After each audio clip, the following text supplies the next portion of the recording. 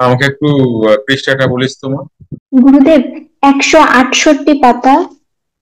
বিবর্তনের সমান উন্নত হয়, এই অবধি পড়া হয়েছে।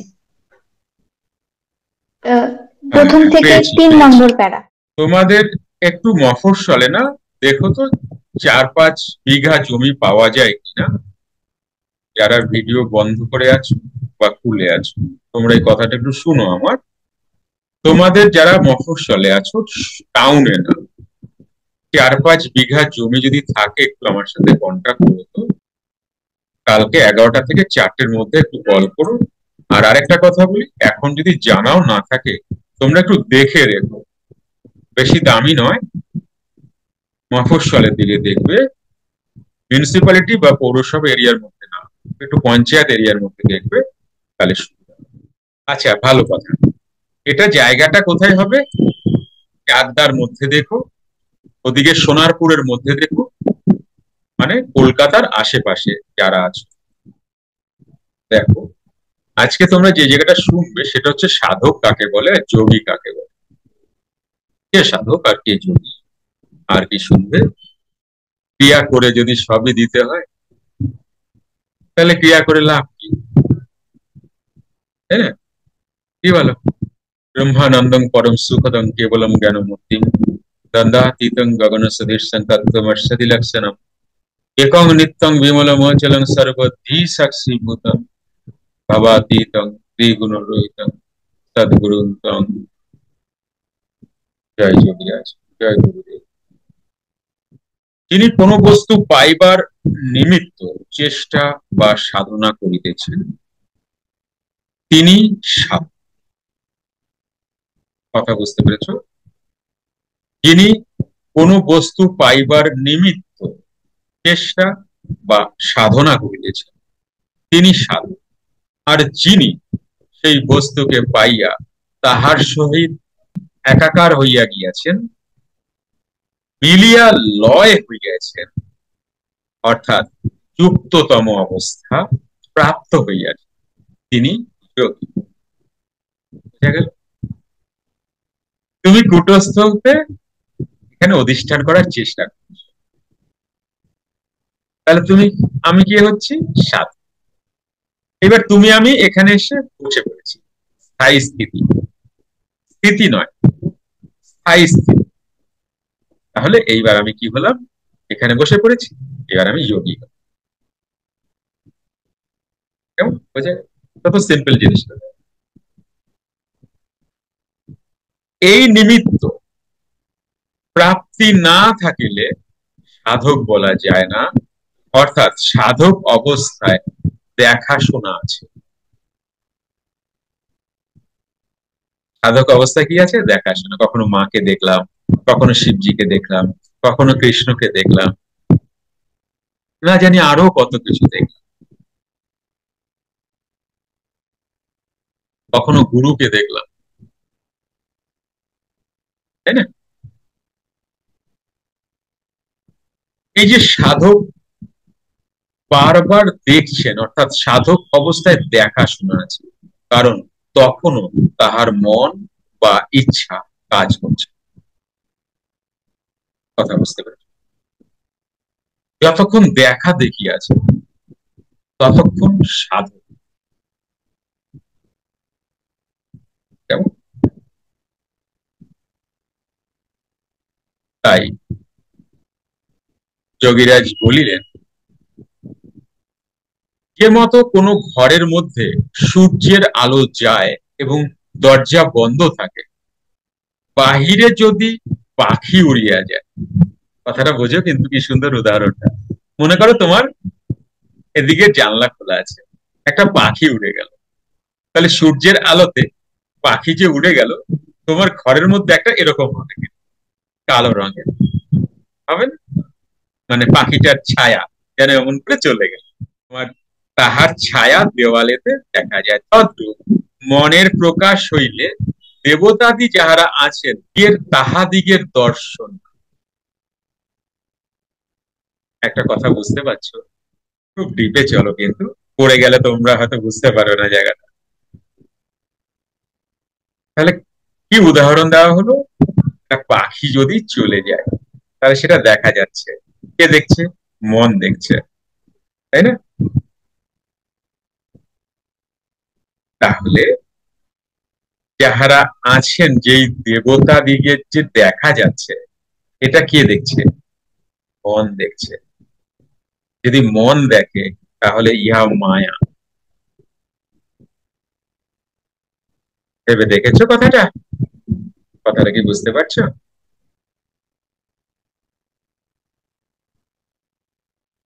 ফিল করতে পারছো না কথাটা? এটা মায়া। মায়া মানে কি? পার্মানেন্ট নয়। হয়ে গেছে, কি বলছি? পার্মানেন্ট নয়। তাই যোগীরাজের কথা মিলিয়ে নাও। काली का साथ जेठ हुआ, अब काली यानी काली का बाप यानी ব্রহ্ম के साथ মার্জনা है, তাই না? বাবা একটা জায়গায় বলছি, কালিকা, কালীর বাবাকে জানতে হবে, মানে বাবা মানে ব্রহ্ম। তাহলে এখানে কি ইন্ডিকেট পাচ্ছ? যে কোনো মূর্তি বা দেব দেবীর মধ্যে তুমি আবদ্ধ থেকো না। থাকলে কি হবে? কবির দাস জি কি বলছেন? इस रास्ते में बीच मुसाफिर अक्सर मारा जाते हैं। মানে আটকে গেলে কিন্তু আর হবে না, এই জীবনটাই হলো। তাই যোগী কখনো আটকাবে না কোথাও, কোথাও দাঁড়িয়ে পড়বে না। হয়ে যাচ্ছে। এই অবস্থায় ব্রহ্ম ও আমি, এই দুই সত্তা বিদ্যমান থাকে। ব্রহ্ম আর আমি। বাবা এখানে কি বলছেন? ব্রহ্ম আর আমি, এখনো কিন্তু আমি অদ্বৈত নই। এখনো দুই আছে, ব্রহ্ম আর আমি। আমি এখনো যাই ওই অবস্থায়, আমি যাইনি এখন। তবে ওটা অনেক সুন্দর, আমি অনেক পিওর আমি। আজকের মিথ, ফেক আমিটা না।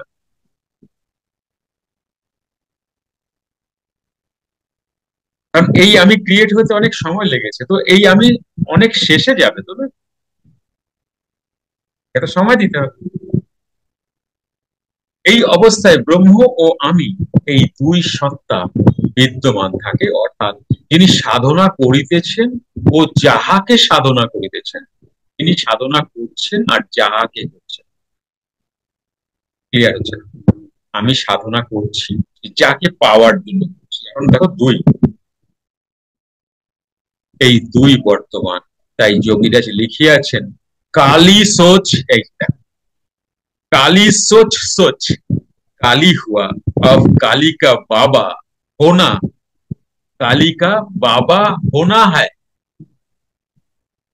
बाबा यानी ब्रह्म, अर्थात जो सुनने के भीतर शून्य है, वही सब सूर्यों को देखने में मिलता है।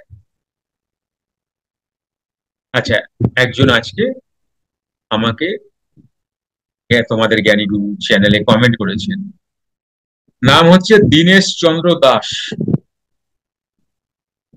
ইনি লিখেছেন, এনার প্রশ্ন হচ্ছে, যোগীরাজ কেন হিন্দিতে ডায়েরি লিখেছেন, দয়া দয়া করে জানাবেন। এনার নাম হচ্ছে দীনেশ চন্দ্র দাস। তো দীনেশ চন্দ্র দাসকে উদ্দেশ্য করে বলছে, তোমরা শুনে রাখো। যোগীরাজের বাবা কৃষ্ণনগর থেকে, যোগীরাজ তো বাঙালি, যোগীরাজের বাবা কৃষ্ণনগর থেকে কাশী চলে যান। যোগীরাজ তখন অনেক ছোট। যখন যোগীরাজ কাশী যান তার বাবার হাত ধরে, বাবার সাথে, তখন যোগীরাজ অনেক ছোট। তো এইবার ওখানে কাশীতে হিন্দি ভাষী, পড়াশোনাও হিন্দি, তাই না? তো সে কারণে উনি হিন্দি পড়াশোনা করেছেন। বাজার ঘাট, সমাজ, সোসাইটি সব জায়গায় হিন্দিতেই কথা বলেছেন। আর উনি যে চাকরি করতেন, আর্মিতে চাকরি করতেন, সেখানেও হিন্দি বলেছেন। তো যে কারণে উনি হিন্দিটা ইউজ করেছেন, আর কিছু। বোঝা গেল কথাটা? আর হিন্দিটা ইউজ করেছেন ঠিকই, কিন্তু লিখেছেন বাংলার মতো করে, বাংলার অক্ষরে হিন্দিকে হিন্দিতে লেখেন। এটা কেন করেছেন? কারণ যোগী এমন কথা বলবেন বা এমন ভাবে লিখবেন যেটা সবাই না বোঝেন, সরল বাংলায় যোগী লিখবেন। তো যারা বোঝার মতো তারা যেন বুঝে যান, সে কারণেই এইভাবে বাংলাকে হিন্দির মতো করে, বাংলাকে হিন্দির মতো করে লেখা আছে, লিখেছেন। এবং এমন ভাবে লিখেছেন যে সচরাচর তুমি পড়লে বুঝবেই না বিষয়টা কি বলতে চেয়েছে। দেখো না, এখানে তাই তো বলছে, কালি সোচ সোচ কালি হুয়া, আব কালি কা বাপ होना है, बाप यानी ब्रह्म, অর্থাৎ यो सुनने के इधर सुन। কি বুঝবা? আজ এই ক্লাস বা যোগীরাজ কথা বহুদিন ধরে শুনছো, একটু বোঝার চেষ্টা করছো, তাই হয়তো একটু ভালো লাগছে। এই কথাগুলো প্রথম যখন তুমি পড়বে বইটা, বুঝতেই পারবে। বাংলা বাবা মিনিং করছেন, কালী চিন্তা করিতে করিতে কালী হইলাম, এখন কালীর বাবা হইতে হইবে। বাবা অর্থাৎ ব্রহ্ম, যাহা বর্তমান শূন্যের ভেতরে শূন্য, অর্থাৎ যে মহাশূন্য হইতে পঞ্চভূতের শেষ ভূত। পঞ্চভূতের শেষ ভূত কি? আকাশ, তাই তো? মাটি থেকে তুমি যদি উপরে যাও, পঞ্চভূতের শেষ ভূত আকাশ, তাই তো? তাহলে পঞ্চভূতের শেষ ভূত বর্তমান শূন্যের উৎপত্তি, মানে আকাশ থেকে শূন্যের উৎপত্তি। এবার আকাশ মানে আমরা কিন্তু ওপরের আকাশ ভাবি, আকাশ অনেক জায়গায় আছে, এক একটা আকাশ এক এক জায়গায় এক এক ফর্মে আছে। এখানেও আকাশ আছে, এখানেও শূন্য আছে, বাইরেও আকাশ আছে, বাইরেও শূন্য আছে। আত্মসূর্যকে দেখিতে দেখিতে, এই যে বললাম না এখানে আছে, আর আত্মসূর্যকে দেখিতে দেখিতে সেই মহাশূন্যকে পাওয়া যায়। কিন্তু যোগীর তাহা নহে, কারণ স্থিরত্বের নাম যোগ, এবং যিনি স্থির হইয়াছেন তিনি তো যোগী। যতক্ষণ আমি স্থির হচ্ছি না ততক্ষণ আমি সাধক, চেষ্টা করছি স্থির হতে। তোমাদের বলছি না যে কুটস্থে থাকলেই যে তুমি সবসময় থাকতে পারবে তা না। তুমি হঠাৎই ক্রিয়া করে করে, অনেক ক্রিয়া করে যখন সময় আসলো তুমি কুটস্থে রয়ে গেলে, আর আসলে না, তা না। এটা কিভাবে হয়? কিছুক্ষণ কুটস্থে, কিছুক্ষণ আবার নিচে আসে, কিছুক্ষণ কুটস্থে, আবার কিছুক্ষণ নিচে আসে। এইভাবে করতে করতে করতে করতে আরো ক্রিয়ার সাথে সাথে সাথে সাথে একটা সময় গিয়ে তুমি স্থিরত্বে পৌঁছে। একবারে হয় না কিন্তু কিছু, কোনো কিছু একবারে না। এইবার যখন তুমি হয়ে গেলে তখন তুমি হয়েই রইলে, আর নামলে না, কারণ সেই টেকনিকও তোমার জানা হয়ে গেছে। কারণ স্থিরত্বের নাম যোগ, এবং যিনি স্থির হইয়াছেন তিনি তো যোগী। যোগী যখন সমাধিস্থ হন, অর্থাৎ ক্রিয়ার পর অবস্থা প্রাপ্ত হন। দেখো, ক্রিয়ার পর অবস্থা প্রাপ্ত হওয়াটাই কিন্তু সমাধিস্থ অবস্থা, অল টাইমের জন্য। হলো না কিন্তু কথা? হ্যাঁ, তখন তখন তাহার দেখাশোনা নাই, প্রাপ্তি অপ্রাপ্তিও নাই। কেন নাই? সর্বভূতে আমি, আমি এখন এখানে আছি। এখন আমাকে যদি বিদেশে যেতে হয় তাহলে আমাকে ফ্লাইট নিতে হবে, তাই না? কারণ আমি ক্ষুদ্র। এবার আমি যদি বৃহৎ হয়ে যাই, সমস্ত কিছুই তো আমার মধ্যেই নেবে, আর আমাকে যেতে হবে কোথায়? আমি তো এতটাই ব্যক্ত, আমাকে তো যেতেই হবে না, আমি সর্বত্র আছি। বুঝে গেল এই সেন্সে? যোগী যখন সমাধিস্থ হন তখন ক্রিয়ার পর অবস্থা প্রাপ্ত হন, তখন তার দেখা দেখি নাই, প্রাপ্তি অপ্রাপ্তি নাই। তাই তিনি লিখিয়াছেন, উহাতে বেমন কেমন কেমন মন ন পাওবে, মন ছড়ে তো মন নহি পাওবে। বেমন অর্থাৎ মনের নিবৃত্ত অবস্থা, তাহা কেমন মন জানেই না। বেমনটা না, মন জানেই না কেমন, কিন্তু জানি, যখন জানিতে গেল তখন মন নিজেই হারাইয়া গেল, আর মনের জানা হইল না, মনের আর জানাই হইল না। তুমি হয়তো একটা মনে মনে সংকল্প নিলে যে আমি জানিয়ে যাব, কেউ জানায় নাই, আমি জানায় যাব। তুমিও পারবে না। তুমি যদি মানুষের জন্য দয়া পরবশত হয়ে তুমি দায়িত্ব নিলা, কেউ যখন করে নাই আমি এটা করব, তুমিও হারায় যাবে, তুমিও পারবে না। বুঝলে? কিন্তু যখন মন জানিতে গেল তখন মন নিজেই হারাইয়া গেল, আর জানা হইল না। এই প্রকার যে ক্রিয়ার পর অবস্থা, তখন নিজে না থাকায় কোনোই কর্ম নাই। এখানে কর্ম নাই মানে শ্বাস নাই, প্রশ্বাস নাই, আমি নাই। আমি তখন এক, আর দুইয়ে নাই।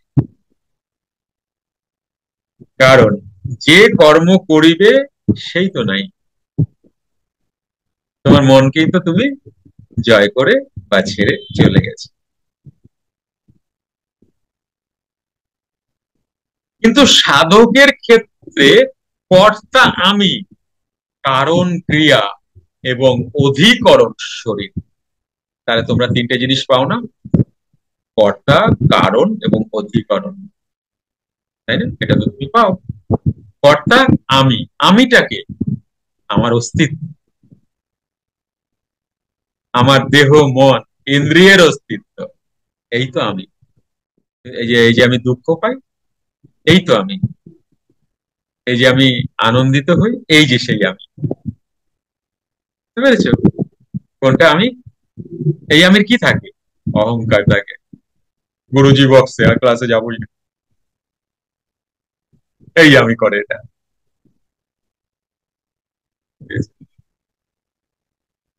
তাহলে কারণ কি? কারণ হচ্ছে ক্রিয়া, এবং অধিকরণ কি? কার দ্বারা তুমি ক্রিয়া করছো? বুঝতে পেরেছো? আমি, ক্রিয়া এবং শরীর, এই তিনের মিশ্রণে তুমি নির্লিপ্ত জায়গায় যাচ্ছ। ক্রিয়ার পর অবস্থায় নিজে না থাকায় সে অবস্থা যে কি তাহা জানা যায় না। কারণ যে জানিবে সে নাই। তবে ক্রিয়া করিতেছি কেন? ক্রিয়া কেন করছি? গুরু বলিয়াছেন তাই করিতেছি। শেষ কথা।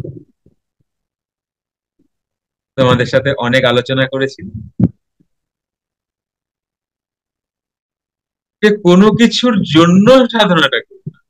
ভালো সাধনা হবে সে কারণে সাধনা করো না, তাহলে খারাপ হলে কষ্ট পাবে, ভালো হলে আনন্দ পাবে।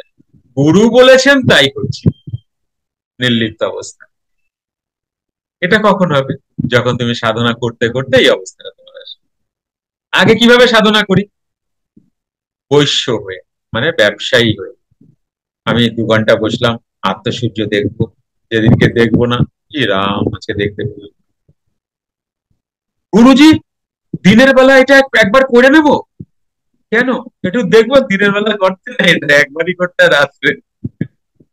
বুঝছো? এরকম পাগল পাগল অনেক আছে। আর তো দেখতে পেলাম না। এই ব্যবসায়িক মানসিকতা নিয়ে আমরা সাধনা করি। তবে ক্রিয়া করিতেছি কেন? গুরু বলিয়াছেন তাই করিতেছি। কিন্তু ইহার শেষ ফল কি তাহা জানা যায় না।